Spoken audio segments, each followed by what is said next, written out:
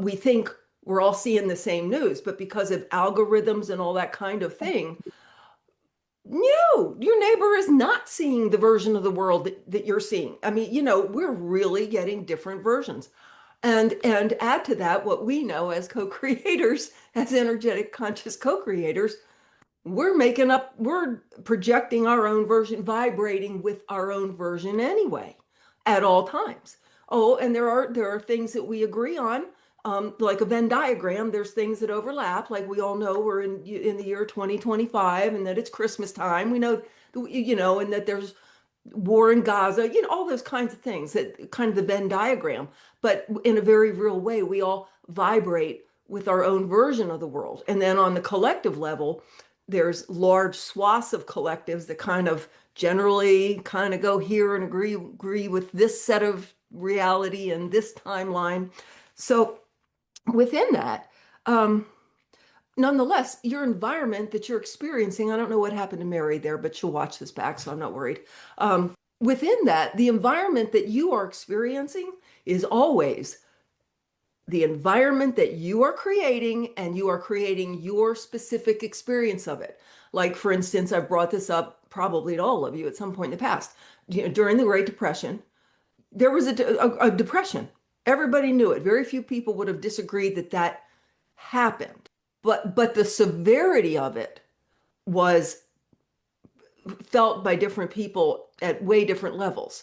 And there were some people existing on the planet who didn't even know about it, weren't affected by it. Maybe they were so far out in the sticks in India or on some island in the South Pacific, or you know what I mean. So we are always going to be in the environment that is congruent, is a vibrational match to what we accept.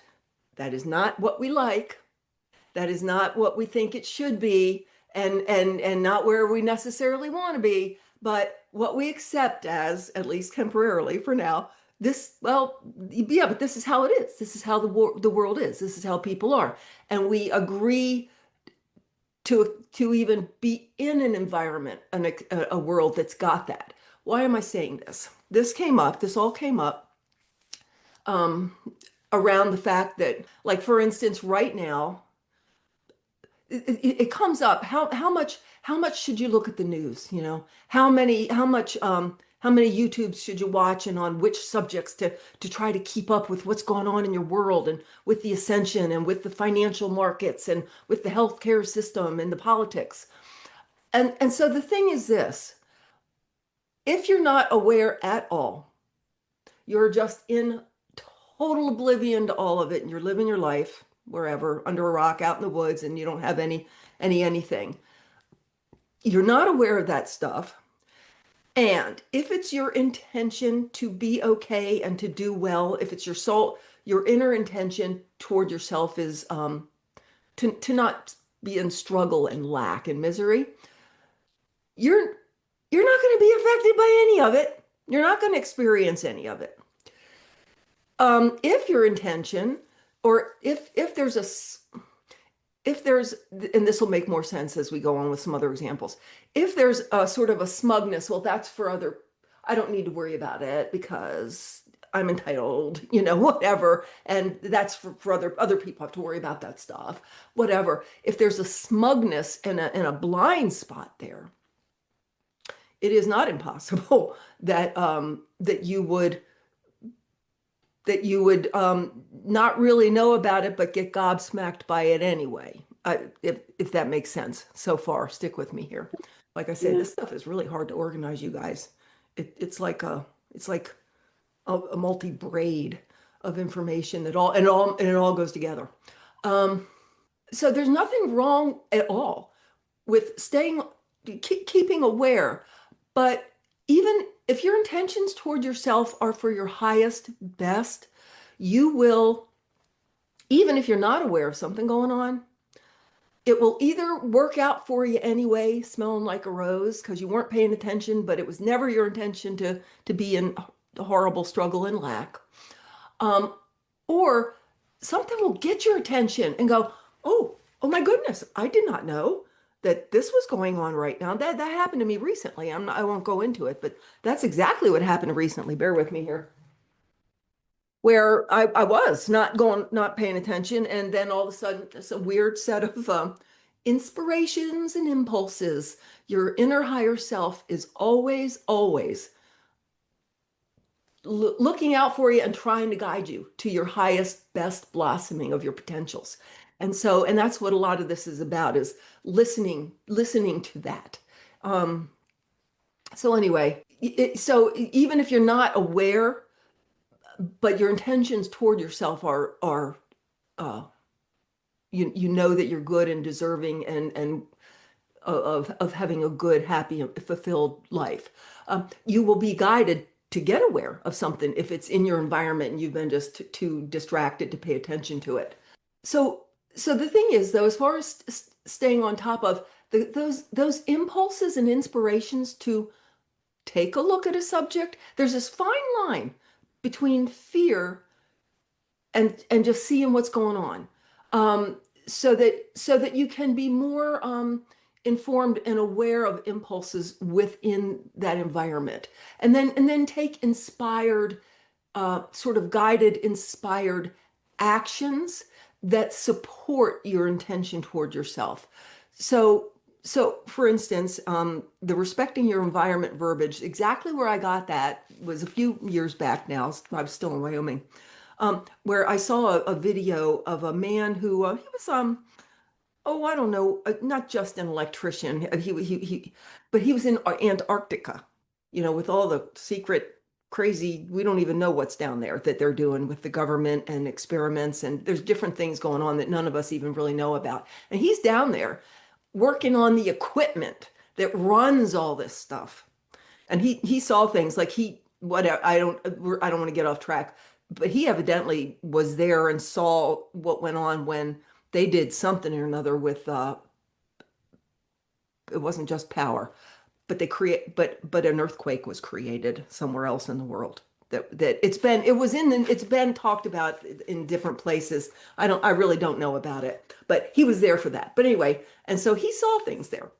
But here's the interest. So he was an interesting person. He would have been an interesting person to have in on this kind of, discussion and Yeah. group or whatever. But in any case, he said when he got there, um, he they told him, it's really, really cold here. You need to take care of your health. You need to take care of yourself here because you don't heal here the way Huh. you heal back home, where it's normal.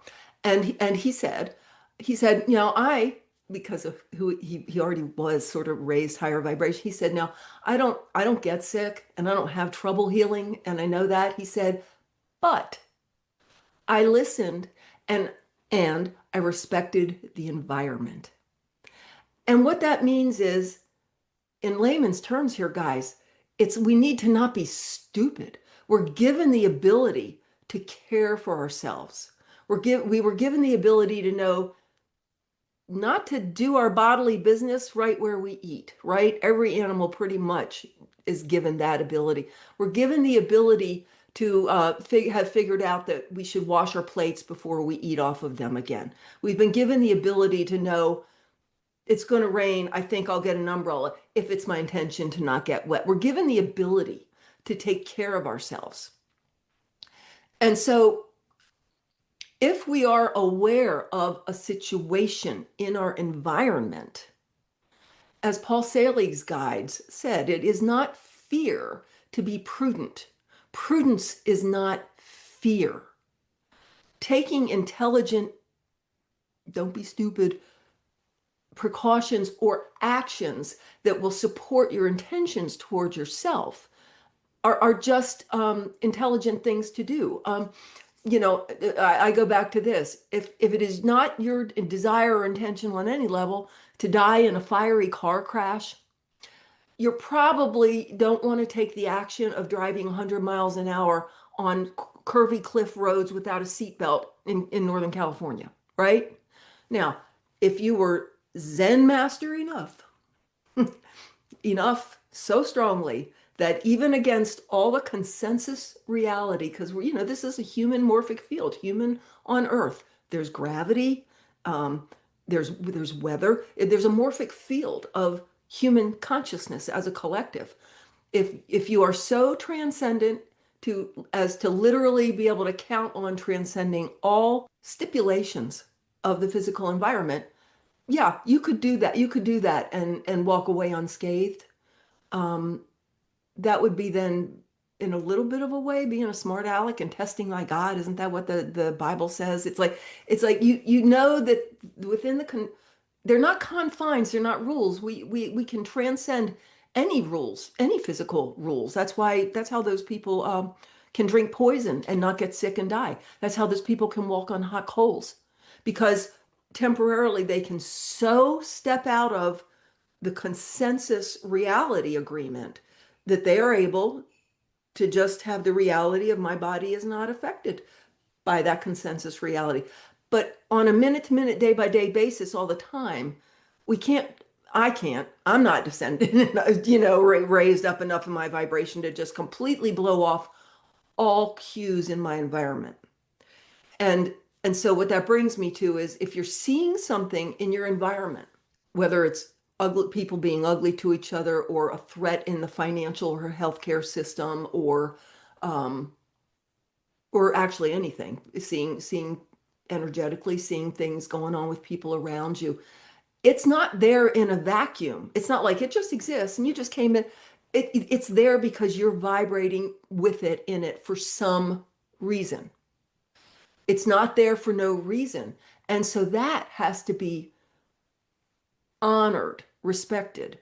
Um, and when I say respected, not feared, just acknowledged. And again, so that you can take appropriate what feels to you like the actions, and follow the inspirations that would look out for your highest best interest, whatever the situation is. You'll find this entire Spirit Talk, recorded December 7th, 2025, on my Patreon page, Kathy Hazel Adams Quantum Spirit. It's in the Spirit Talks collection under the Collections tab. And while you're there, be sure to check out my scheduled events, my upcoming events calendar. I will be doing a mid-month meditation on December 21st, solstice, and I invite you to join us. We'll see you there.